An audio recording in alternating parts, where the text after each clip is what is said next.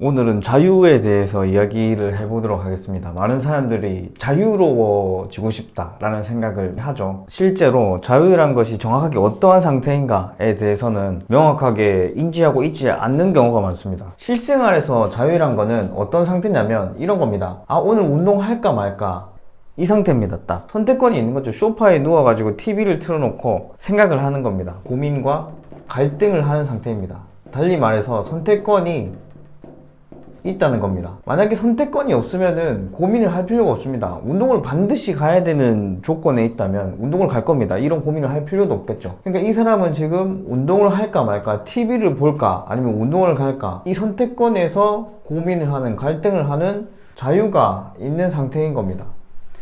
즉 고민과 갈등은 자유입니다. 자, 이 생각을 가지고 시작을 해봅시다. 한 학생이 있는데 이 학생이 갈등을 한다고 합시다. 공부를 할까 게임을 할까, 계속 이것을 두고 줄다리기 하며 갈등을 하고 있습니다. 이게 자유의 상태죠. 그런데 반대로 나는 반드시 무엇이 됐든 그냥 공부를 할 거야 라고 선택을 내린 학생이 또 있다고 합시다. 고민하는 학생 1, 고민하지 않는 학생이, 자유가 있는 학생 1, 자유가 없는 학생이, 이 둘을 비교해 봤을 때 당연히 기분이 내킬 때 공부를 하는 학생 1보다 기분이 내킬 때도 기분이 내키지 않을 때도 공부를 해야만 한다 스스로 구속하고 있는 이 학생 2가 월등히 실력이 좋을 겁니다.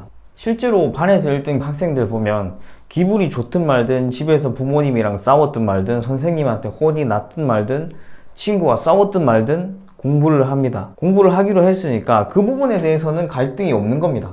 자, 반드시 운동하기로 했다, 공부하기로 했다, 일하기로 했다, 이 사람들은 자유가 없죠. 무슨 일이 있어도 그냥 하는 겁니다. 운동하고 공부하고 일하는 겁니다. 반대로 선택권이 있는 사람들, 해도 되고 안 해도 되고 자유가 있는 사람들은 할까 말까 갈등을 하게 되는 겁니다. 우리는 일반적으로 자유를 이상적인 가치라고 생각을 할 때 나는 구속받는 거 싫어해, 나는 자유로운 상태가 좋아 하면서 자유를 칭송하죠. 이상적인 것이라고 여깁니다. 근데 실제로 자유와 구속이 대립되는 것이 아니고요, 실생활에서 보면 성취와 자유가 대립이 됩니다. 성취를 한 사람들은 자유가 없이 삽니다. 본인이 일단 결정을 내려버립니다. 결정을 내리는 순간에는 자유가 있었겠죠. 당연히 나는 반드시 운동을 할 거야, 기분이 어떻든 간에 아침에 일어나서 눈 뜨면 바로 운동하러 갈 거야 라고 결정을 내린 사람들은 운동을 안 할 자유가 없습니다. 마찬가지로 공부도 일도 그렇습니다. 이런 사람들은 성취를 합니다. 근데 그렇지 않는 사람들은, 자유로운 사람들은 성취가 없습니다.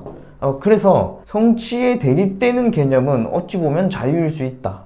그래서 우리가 늘 자유, 나는 자유롭고 싶어 라고 말을 하지만 또 생각을 할 수 있어야 된다는 겁니다. 자유롭고 싶다는 것은 나는 어느 정도 성취는 포기하겠다 라는 뜻이기도 한 겁니다. 그러니까 단어로만 그럴싸하고 멋진 것들이 실생활에서는 그렇게 현실화되지 않는 경우가 많으니까 이런 부분도 꼭 생각을 해봐야 됩니다.